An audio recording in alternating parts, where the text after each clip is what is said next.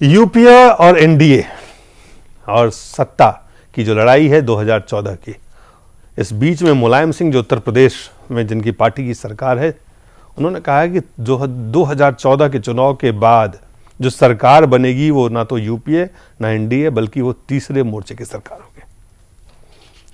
क्यों कह रहे हैं, इसके पीछे उनका क्या सियासी मकसद है, यही कोशिश करते हैं हम जानने का। लेकिन सबसे पहले मुलायम सिंह जी ने क्या कहा है वो जरा आपको हम सुनाते हैं। चुनाव के बाद निश्चित तीसरा मोर्चा बनेगा। अभी मोर्चा कभी नहीं बनेगा चुनाव पहले के, वो टिकटों को लेकर भेद हो जाता है। जब जीत के आएंगे अभी वो टिकट जाता है तो मतभेद नहीं होगा और उसके बाद तीसरा मोर्चा बनेगा और पूरा प्रयास समाजवादी पार्टी भी करेगी और वामपक्षी दल के नेता प्रकाश सिंह साहब और एक ढंग से हमारी बातचीत चल रही है और बातचीत हो रही है। हम लोग सहमत हैं कि तीसरा मोर्चे की सरकार बने। बलवीर पुंज भाजपा के नेता, उन्होंने क्या कहा वो भी आप देखें। मुलायम सिंह जी एक बहुत वरिष्ठ नेता है और उन्होंने तीसरे मोर्चे की बात कही है और मैं कह सकता हूं कि ये तीसरा मोर्चा चुनाव परिणाम आने के बाद तीसरे नंबर पे ही मिलेगा आपको।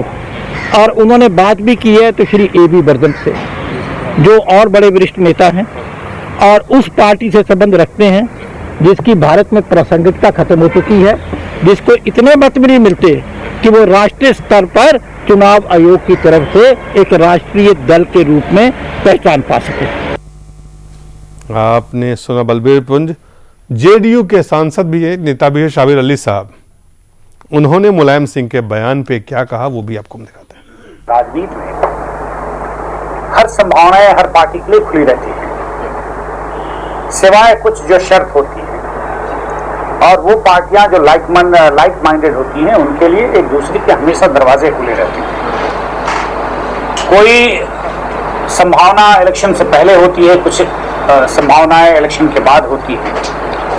रिजल्ट आता है, फिर आदमी देखता है कि रिजल्ट इस देश की जनता ने किस तरफ रुख किया है, तो फिर उस वक्त भी जिम्मेदारियां हर पार्टी के ऊपर आयद हो जाती हैं कि सरकार बने, किस तरह की सरकार बने, उसमें किस तरह की किसकी भागीदारी हो, साझेदारी हो।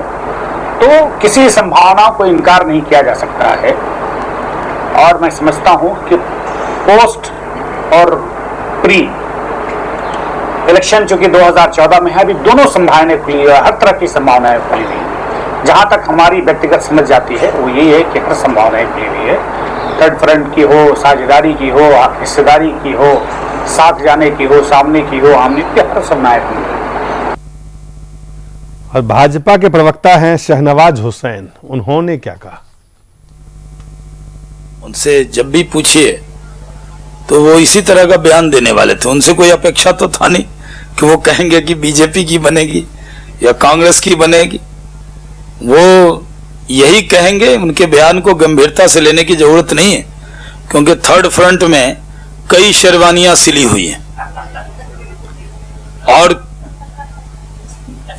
वो शेरवानी इतने पहले से सिली हुई है और इंतजार इतना लंबा होने वाला है कि साइज चेंज करवाना पड़ेगा इन थर्ड फ्रंट के नेताओं को कि आने वाले चुनाव में तो उनका कोई चांस नहीं। पहले कम्युनिस्टों का एक ब्लॉक होता था जो 50-60 का ब्लॉक होता था, वो जीत कर आता था। अब भाजपा की डाह में किसी के साथ चला जाता था। अब तो बेचारे कम्युनिस्ट जो हैं वो डबल डिजिट में भी अगली बार आएंगे कि नहीं आएंगे लोकसभा में, तो वो किंग मेकर तो नहीं रहे, न किंग रहे न वो किंग मेकर रहे। तो इसलिए थर्ड फ्रंट की कोई कल्पना ही नहीं, कल्पना ही नहीं है। कांग्रेस पार्टी के प्रवक्ता हैं राजीव त्यागी जी। क्या लगा, आप उत्तर प्रदेश के सियासत से आपका संबंध है, मुलायम सिंह जी ने जो बात कही है आपको अब तक समर्थन दे रहे हैं, कह रहे हैं चुनाव के बाद तीसरे मोर्चे की सरकार बनेगी। देखिए, मुलायम सिंह जी स्वतंत्र हैं, वो अपने दल के राष्ट्रीय अध्यक्ष हैं। वो कह सकते हैं जो उनके मन में आ रही है बात कह सकते हैं, क्योंकि स्वतंत्र देश है, राइट टू स्पीच है कॉन्स्टिट्यूशन की तरफ से। लेकिन थर्ड फ्रंट की जो बात वो उठा रहे हैं तो बहुत बार उठ चुकी है, बार बार मुझे लगता है कि थर्ड फ्रंट के नेताओं को स्वप्न आते हैं कि यार कल दावेदारी कर देते हैं, हो सकता है प्रधानमंत्री बनी जाएं, तो ऐसी चीज आती है दिमाग में थर्ड फ्रंट के लोगों में। और ये स्वाभाविक भी है कि जो राष्ट्रीय अध्यक्ष होते हैं उनको प्रधानमंत्री की कुर्सी के सपने देखने में कोई बुरी चीज नहीं है। लेकिन मेरा कहना यह है कि थर्ड फ्रंट जैसी जो चीज है वो कहीं भी मुझे ना 2013 में कहीं दिखती है, ना 2014 के चुनाव के रिजल्ट के बाद कहीं दिखती है। हाँ, ये जरूर होगा कि सेकुलर जमात के लोग बात कांग्रेस को सपोर्ट करेंगे और कांग्रेस कांग्रेस सपोर्ट कर सकते हैं, कांग्रेस को सपोर्ट करेंगे। कांग्रेस सबसे बड़ा दल होगा और कांग्रेस को सपोर्ट अगर नहीं हो तो कांग्रेस भी सपोर्ट कर सकते हैं। कैसे नहीं होगा? मैं आपको संभावना है कि देखिए संभावना असीम है राजनीति में, इसमें कहीं कोई दो राय नहीं। लेकिन मैं आपको इतना कह सकता हूं बहुत विश्वास के साथ, जो कि इंफॉर्मेशन मेरे पास है, जो कि संदेश विभिन्न राज्यों से मेरे पास हैं, उसके हिसाब से कांग्रेस सबसे बड़ा दल है। और कांग्रेस सबसे बड़ा दल होने की वजह से थर्ड फ्रंट के जितने भी लोग बाग हैं वो आकर के हमको सपोर्ट करेंगे। यूपीए 3 बनेगा, इसके बारे में मैं आत्मविश्वास से लबरेज हूं। आप बिल्कुल सही। मैं सिर्फ ये पूछना चाहता था मैं कि अगर यूपीए 3 नहीं तो थर्ड फ्रंट के लिए कांग्रेस क्या समर्थन देगी? इस तरह की सोच रखती है कि चलिए ये संभावना उठेगी नहीं, क्योंकि 2014 में कांग्रेस ने जो कार्य किए हैं, कांग्रेस ने जिस तरह से लोगों के बीच में जाकर के आम आदमी के हितों को ध्यान में रखने का कार्य किया है, और निश्चित रूप से कांग्रेस ने जो किसानों के लिए उचित मुआवजे का अधिकार, तमाम जो काम किए हैं उन कामों की वजह से कांग्रेस को आम आदमी निश्चित रूप से वोट करेगा, मिडिल क्लास निश्चित रूप से वोट करेगा, मुलायम सिंह, क्योंकि 6वां वेतन आयोग भी कांग्रेस लेके आई और 7वां वेतन आयोग की हमने घोषणा कर दी है। कांग्रेस अपने सिद्धांतों पे, कांग्रेस अपनी नीतियों पे, कांग्रेस अपनी घोषणाओं पे ईमानदारी से कार्य करती है। इसकी वजह से यूपीए 3 भी होगा। तो मुलायम सिंह आपके साथ नहीं आएंगे, इस बात की चिंता नहीं है आगे आपको? मुलायम सिंह हमारे साथ कब नहीं थे? मुलायम सिंह तो अभी तो है, लेकिन वो कह रहे हैं तीसरा मोर्चा बनाएंगे। नहीं, तीसरा मोर्चा बनाने के लिए स्वतंत्र है मुलायम सिंह यादव, लेकिन मुलायम सिंह यादव जी पे जब नंबर नहीं होंगे तो अल्टीमेटली तो फिर सेकुलर जमात में बैठना पड़ेगा उनके साथ। बीजेपी के साथ तो नहीं बैठेंगे। थर्ड फ्रंट को आप सेकुलर नहीं मानते? थर्ड फ्रंट सेकुलर मानता हूं, लेकिन सेकुलर जमात के लोग हमें समर्थन करेंगे, वो बीजेपी के साथ नहीं जाएंगे। ये जो बार बार बीच बीच में कहीं से मुलायम सिंह आते हैं, कभी लेफ्ट के कुछ नेता होते हैं, कहीं और नेता होते हैं, ये एक थर्ड फ्रंट की बात करते हैं। इस फ्रंट का क्या मायने रह गया है आज की सियासत में, या 2014 के बाद इसका क्या महत्व है? अभी देखिए, ये जो मुलायम सिंह यादव कह रहे हैं उसके पीछे एक अभी इमीडिएट कारण है। उत्तर प्रदेश की राजनीति जिस तरह से बहुत ही डावाडोल स्थिति में या अनिश्चय की स्थिति में पहुंच गई है, तो उन्हें ये डर लग रहा है कि कहीं नरेंद्र मोदी के नाम पर पोलराइजेशन हुआ तो उनका जो मुस्लिम सपोर्ट बेस है कहीं पूरी तरह से कांग्रेस की ओर न खिसक जाए। क्योंकि अगर मुस्लिम सपोर्ट बेस को लगेगा कि या तो कांग्रेस सरकार बननी है या मोदी की सरकार बीजेपी की सरकार बननी है, तो वो कांग्रेस का साइड लेंगे नेशनल पॉलिटिक्स को देखते हुए, तब उसमें इनका नुकसान हो जाएगा मुलायम सिंह यादव का।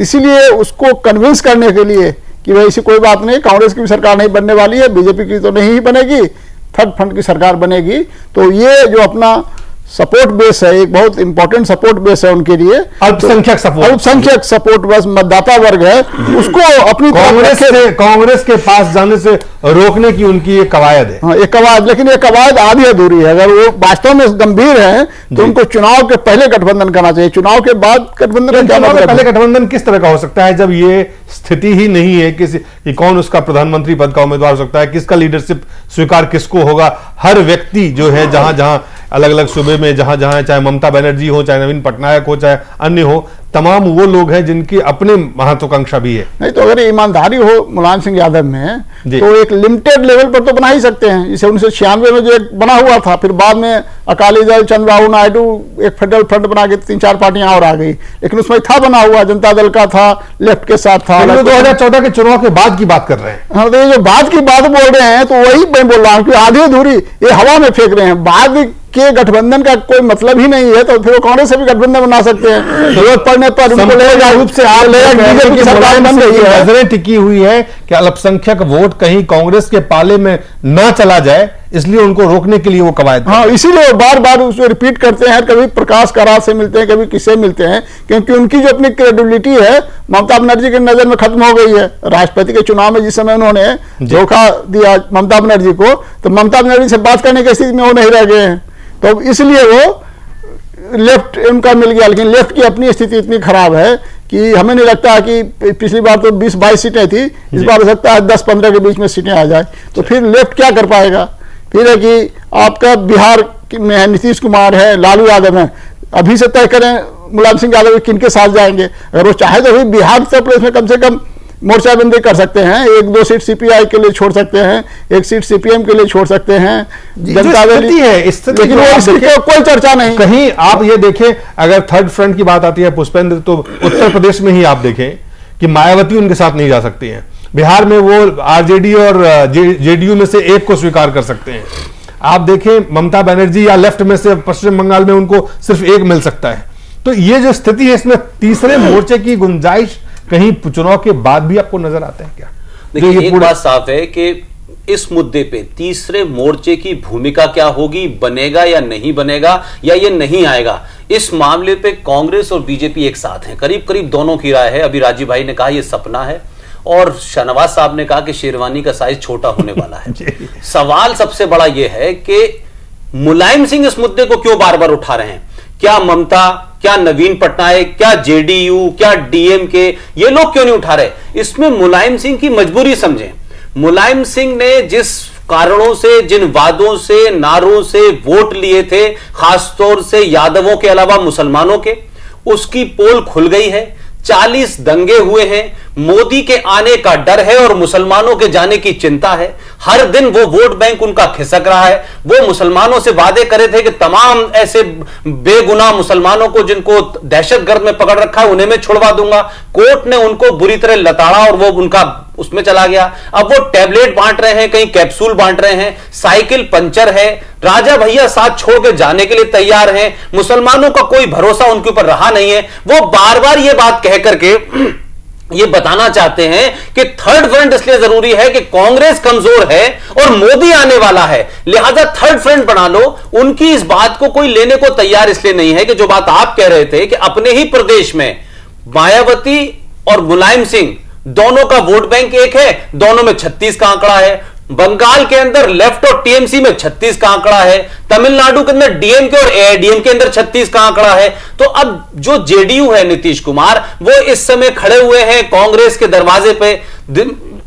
लालू अंदर जा चुके हैं। उनको लगता है कि इन दोनों में से किसके साथ जाएं, वो कांग्रेस के रहमो करम पे हैं। ये तीसरे मोर्चे की बात करके बार बार किसी को साथ नहीं ला रहे। ये जो मुसलमान जो उनके साथ था, झूठे वादों और धोखों पे चला गया था, वो पूरी तरीके से इस समय उनसे मुवक्क हो चुका है। वो मुजफ्फरनगर के दंगों का जवाब नहीं दे पा रहे, वो मेरठ के दंगों का जवाब नहीं दे पा रहे। आजम खां के मुंह पे कालिक पुत चुकी है। मुलायम सिंह किसी भी तरीके से, कल जिस तरीके से उनका एक 10 मेंबर का डेलीगेशन मुजफ्फरनगर में गया, वो उसने लाइव टेलीविजन पे कहा कि सीबीआई की इंक्वायरी करवाइए, तो शिवपाल ने कहा इसकी क्या जरूरत है? तो उस औरत ने कहा आप पे हमको भरोसा नहीं है, आपके मंत्री इसमें शामिल हैं। ये लोगों की प्रतिक्रिया है मुलायम सिंह के साथ। लिहाजा ये तीसरे मोर्चे का शगुफा अपने वोट बैंक को बरकरार रखने के लिए है और कुछ भी नहीं है। जी नरमानी जी, 2 सवाल हैं। अब तक जितने भी आप इतिहास उठा के देखें, ये प्रयास बहुत सफल भी नहीं हुए, और जो स्थिति है अब देश में खास करके, उसमें इस बात को लेके एक तरफ तो ये हो सकता है कि चलिए माइनॉरिटी जो अल्पसंख्यक वोट है उसको अपने तरफ कांग्रेस कम से कम ना जाए, उसको रोकने की कवायद हो सकती है। लेकिन कहीं भी 2014 के बाद किसी भी तरह के एक आम लोगों के लिए जब वो कहता है ये तीसरा मोर्चा, उसका मतलब क्या समझ में आता है उनको? देखिए, मुझे लगता है कि आपने एक स्टेटमेंट के ऊपर आज का प्रमुख कार्यक्रम अपना समर्पित किया। मुझे इसी बात पर बड़ी हैरानी है। कारण यह है कि मुलायम सिंह को कोई सीरियसली नहीं ले रहा, उनके अपने प्रदेश में सीरियसली नहीं लिया जा रहा। धर्मानी साहब ये कहना चाहते हैं कि मुलायम सिंह कांग्रेस पार्टी के दिग्विजय हो गए? नहीं, देखिए ये आपका अपना वर्जन हो सकता है। मेरा सिर्फ ये कहना है कि वो अपना बहुत हताश हैं जिस प्रकार की स्थिति यूपी की हो गई है। उनको लगता था कि वो अपने बेटे को शायद राजनीतिक रूप से स्थापित कर पाएंगे, लेकिन पिछले कुछ ही वर्षों में जो कुछ उन्होंने किया, वहां की जो स्थितियां हैं, मुझे ये लगता है कि जो अभी बात उपेंद्र जी लेफ्ट के लिए कह रहे थे, उससे भी बदतर स्थिति मुलायम सिंह की अपने दल की वहां होने वाली है। जिस प्रकार का रिएक्शन दंगों के बाद वहां के लोग उनके मंत्रियों के सामने, उनके अपने सामने, मुख्यमंत्री के सामने अब तक हमने देखा। एक चीज आपसे मैं ये जानना चाहूंगा कि अगर आप देखें कांग्रेस और बीजेपी जो 2 राष्ट्र मुख्य पार्टियां हैं, ये जिनके सहारे चलती है, सरकार बनाने की बात करती है, ये भी क्षेत्रीय दलों के सहारे ही है। ये तमाम क्षेत्रीय दल, मैं वही कह रहा था आपसे। मेरा ये कहना है कि अभी आपने त्यागी जी की बात सुनी या उपेंद्र जी ने नहीं अपना बीजेपी के नेताओं की बात सुनी, इन दोनों दलों का प्रयास बाइपोलर पॉलिटिकल सिस्टम की ओर ले जाने मैं ये कुछ और कहना चाहता हूं। मेरा ये कहना है कि जिस नेता ने ये बयान दिया है उस नेता की अपनी स्थिति अपने प्रदेश में खराब है। बीजेपी जो है उनके साथ जिन लोगों को नहीं जाना चाहिए उनको लगता था, जैसे चंद्रबाबू नायडू ने ही अभी नरेंद्र मोदी के साथ स्टेज शेयर किया, जगन मोहन उनके कार्यशैली का प्रशंसा कर चुके हैं, अनएक्सपेक्टेड क्वार्टर से जो उनको समर्थन मिल रहा है, इससे मुलायम सिंह जो है वो थोड़े चिंतित हैं। उनको लगता है कि इस प्रकार का बयान देके कहीं ना कहीं ऐसे दलों को भी आप अपनी तरफ सबका वोट नहीं बल्कि ऐसे दलों को भी अपने साथ जोड़ने का उनका एक आमंत्रण है। अब वो कितने सक्सेसफुल होते हैं आज तक मुझे नहीं लगता कि जब से अपने से जोड़ने से ज्यादा यह है कि वो दूसरे से न जुड़ जाएं। दूसरा हाँ बिल्कुल रोकना चाहते हैं बिल्कुल। और अपनी जो स्थिति है, जो उनका राजनीतिक भविष्य या उनके दल का हाशिए पर पहुंचता जा रहा है, जो उनको नजर आ रहा है भविष्य, उसको वो बचाने के प्रयास में। कहीं ना कहीं एक सवाल है राजीव जी कि अगर कांग्रेस पार्टी अगर सरकार चला रही है तो उन तमाम क्षेत्रीय दलों के सहायता से आप यूपी में मुलायम सिंह और मायावती दोनों का समर्थन लेके आप 4-5 साल से यूपीए 2 को आप देखें, सरकार में ममता बनर्जी का समर्थन था आपके पास, डीएमके का समर्थन आपके साथ था। तो अगर ये स्थिति राष्ट्रीय पार्टियों की है तो क्यों नहीं ये पार्टियां सोचे, जो छोटी छोटी पार्टियां हैं, कि जब इनको समर्थन करके हमें सरकार बनानी तो हम क्यों नहीं सरकार बनाएं। देखिए, क्षेत्रीय दलों की अपनी मजबूरियां हैं जी, क्योंकि उनको राजनीति करनी है अपने अपने प्रदेशों में, और जब प्रदेशों में राजनीति करते हैं तो एक दल उसमें सत्ता में, एक दल सत्ता के बाहर है। जिन प्रदेशों की आपने अभी जिक्र किया, चाहे वो बंगाल हो, तमिलनाडु हो या बिहार हो, तो ऐसी परिस्थिति में दोनों ही दल एक साथ नहीं बैठ सकते। जैसे उत्तर प्रदेश में बसपा और सपा, लेकिन आपने बिठाया उनको साथ में। हमारे लिए बैठे ना, हमारे लिए बैठ सकते हैं सब लोग, आपके लिए बैठ, हमारे लिए बैठ सकते, अपने लिए क्यों नहीं बैठ सकते हैं? उसके किसी व्यक्ति को प्रधानमंत्री, उसका कारण ये है कि कांग्रेस की मौजूदगी जम्मू कश्मीर से कन्याकुमारी तक, लेकिन उस मौजूदगी से संख्या नहीं होता है। कंप्लीट जम्मू कश्मीर से कन्याकुमारी तक, आसाम से गुजरात तक कांग्रेस की हर जगह मौजूदगी है। और कांग्रेस सबसे बड़ा दल है आज भी। 206 सीट लेकर के हम लोग 2009 में आए थे, जिसकी वजह से विभिन्न दलों ने आकर के यूपीए में जो पहले से थे और बाहर से भी लोग बाग आए जिन्होंने हमें समर्थन किया। आज नीतीश हमारे साथ हैं, जो कि कभी एनडीए के साथ हुआ करते थे।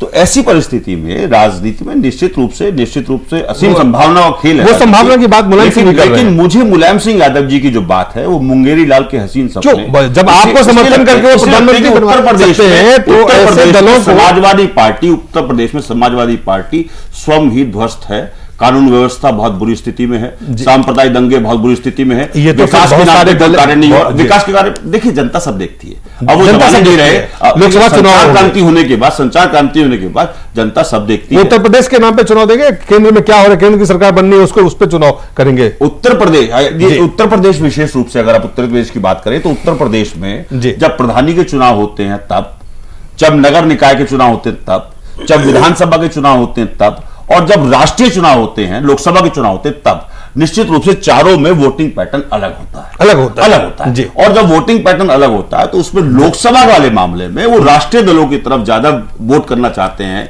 हर धर्म आप देखिए 206 और जो बीजेपी के नंबर है उससे कहीं ज्यादा नंबर। उपेंद्र जी, हमारे पास समय बहुत कम रह गया है, लेकिन मैं आपसे सिर्फ ये जानना चाहता हूं कि जो पार्टियां समर्थन देके केंद्र में बीजेपी का एनडीए बनवा सकती है, कांग्रेस का यूपीए बना सकती है, इन नेताओं में आज अगर महत्वाकांक्षा को देखें तो ये मिलकर ऐसी सरकार क्यों नहीं बना सकते हैं जो थर्ड फ्रंट, फोर्थ फ्रंट, कोई भी फ्रंट करें? संख्या बल नहीं होगा इनके पास। देखिए, ये तभी बनाएंगे ना जबकि बीजेपी और कांग्रेस दोनों का जो कंबाइंड स्ट्रेंथ 272 से कम है। दोनों पार्टियों की स्थिति आप देखें, देखिए आज तक तीसरे फ्रंट की सरकार कभी बनी ही नहीं भारत के इतिहास में। जो भी सरकार बनी है जिसे हम तीसरा फ्रंट कहते हैं, वो वास्तव में या तो कांग्रेस के सपोर्ट से बनी हुई थी या बीजेपी के सपोर्ट से बनी हुई थी। 96-97 की जो सरकार दोनों बनी कांग्रेस के सपोर्ट से बनी, उसके पहले जो बीपी सिंह सपोर्ट से बनी। तो अभी तक वो स्थिति क्यों नहीं, तो आपको क्यों नहीं? वो स्थिति तभी आएगी जब मैंने कहा कि कांग्रेस और बीजेपी दोनों इतना कमजोर हो जाए कि दोनों को मिलाकर के 225 सीटें हों और बाकी 310 320 सीटें और सब पार्टियों की हो, गैर कांग्रेस गैर भाजपा। फिर उन 320 सीटों में से कुछ लेफ्ट आपसी जो रीजनल कॉन्फ्लिक्ट है उसको हटा करके फिर 272 हो जाएं, तो ऐसी स्थिति आ नहीं रही है अभी तक। आपको लग रहा है कि 2014 में वो स्थिति नहीं बनने वाली है? नहीं बनने वाली है, उसमें भी कांग्रेस और बीजेपी दोनों मजबूत रहेगी? मजबूत नहीं रहेगी, मतलब कि दोनों इतना कमजोर नहीं होगी कि दोनों को मिलाकर के 225 सीटें आए। मैं ये कह रहा हूं, मेरा मानना है कि आने वाले आगामी चुनाव में लोकसभा के निश्चित रूप से कांग्रेस और बीजेपी मुख्य टक्कर तो है ही इनमें, लेकिन इस बार के चुनाव में विशेष रूप से लोग बाग राष्ट्रीय दलों को पसंद करेंगे, क्षेत्रीय दलों की ताकतें कम होगी। और बाइपोलर वाली बात, आपको लगता है कि ये स्थिति राष्ट्रीय पार्टियों के बीच में, खास करके जिस तरह से भारत की सियासत अब क्षेत्रीय दलों पे निर्भर है, खास करके दोनों राष्ट्रीय पार्टियां? देखिए, मुझे ये लगता है कि जो बात कही है, ये जो बाइपोलर सिस्टम की तरफ जा रहा है, कम से कम नेशनल आपके लिए लोकसभा के चुनावों के अंदर जी ये बात बिल्कुल पैटर्न जो है हर प्रदेश का ज्यादातर यही होता है कि वो जो आपका नेशन लीडर कौन है, उधर अब लोगों का ध्यान जाने लगा है। क्योंकि जो मैंने एक्सपीरियंस किया है, जो मैंने देखा है, आज गांव का आदमी ये कहने लगा है कि ऊपर की वोट फलाने को, नीचे की वोट फलाने को।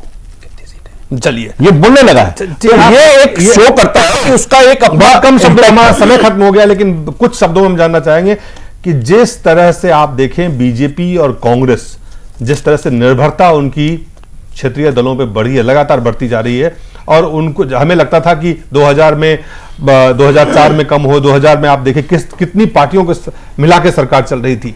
2009 में बेहतर थोड़ी कांग्रेस की स्थिति हुई, और उसके भी कई कारण हैं, आप जानते हैं उस कारण को, उसमें हम नहीं जाना चाहते हैं। 2014 की जो स्थिति है, क्यों नहीं ऐसा लग रहा है आपको, या लग रहा है, नहीं लग रहा है कि क्षेत्रीय दल जो है वो डिक्टेट ही सिर्फ नहीं करेंगे? हो सकता है इससे पहले कि पुष्पेंद्र जी बोले, मैं छोटी सी बात और जोड़ना चाहूंगा जी। ये जो अभी सुप्रीम कोर्ट वाले मामले में, आरटीआई वाले मामले में जिस प्रकार का हालात इन क्षेत्रीय दलों ने बनाया है, उसको लेके भी जनता में एक बहुत बड़ा, उसमें बहुत कम शब्दों में देखिए, एक बात साफ है, ये कांग्रेस और बीजेपी के लिए कि जिस तरीके से क्षेत्रीय दल समर्थन देते हैं, उनका जो पूरा नजरिया और जो उनका सोचने का होता है वो सिर्फ बड़ा क्षेत्रीय होता है, चाहे वो मुलायम सिंह हो, चाहे डीएमके हो, उनके जमीन है। नहीं, बट मैं बात यह है ना कि आप एक राष्ट्र को चला रहे हैं। आप अगर अपने राज्य तमिलनाडु के अंदर श्रीलंका के मामले पे देश की विदेश नीति को बदल देंगे, नहीं तो आप समर्थन खींच लेंगे, तो ये देश ने देखा है। लेकिन स्थिति आप तमिलनाडु में तो कांग्रेस ना बीजेपी दोनों मजबूत नहीं है, आंध्रा में दोनों मजबूत। आप देखें जिस तरह से आंध्रा में कांग्रेस की स्थिति हो गई है। नहीं, लेकिन दिलीप, आप इस बात को देखें कि ये स्थिति इस देश ने देखी है और ये पैटर्न बदला है। हमने उत्तर प्रदेश में भी देखा कि कितने सारे, हमेशा एक पार्टी दूसरे पर निर्भर रहती थी, वहां क्लीन स्वीप होने लगा, वहां एक 2/3 मेजोरिटी आने लगी। तो आपको राजीव भाई कह रहे थे 2014 का चुनाव 2014 का चुनाव होगा, लेकिन राजीव भाई से सिर्फ छोटी सी बात कहना चाहता हूं। राजीव भाई ने कहा कि कांग्रेस कश्मीर से लेकर कन्याकुमारी है और देश की सेकुलर पार्टी है। उत्तर प्रदेश में गायब है, मध्य प्रदेश में गायब है, बिहार में गायब है, पंजाब में गायब है, पश्चिम बंगाल में गायब है, कई जगह उड़ीसा में गायब है, बहुत सारी जगह गायब है। उसके बाद भी बहुत बड़ी पार्टी है, वही बीजेपी का भी हाल है। इसलिए तीसरे मोर्चा की जो बात हो रही है, चलिए हमारा समय खत्म हो गया। राजीव जी बहुत बहुत धन्यवाद, धर्मानी साहब बहुत बहुत धन्यवाद, पुष्पेंद्र और उपेंद्र जी आप लोगों का बहुत बहुत धन्यवाद।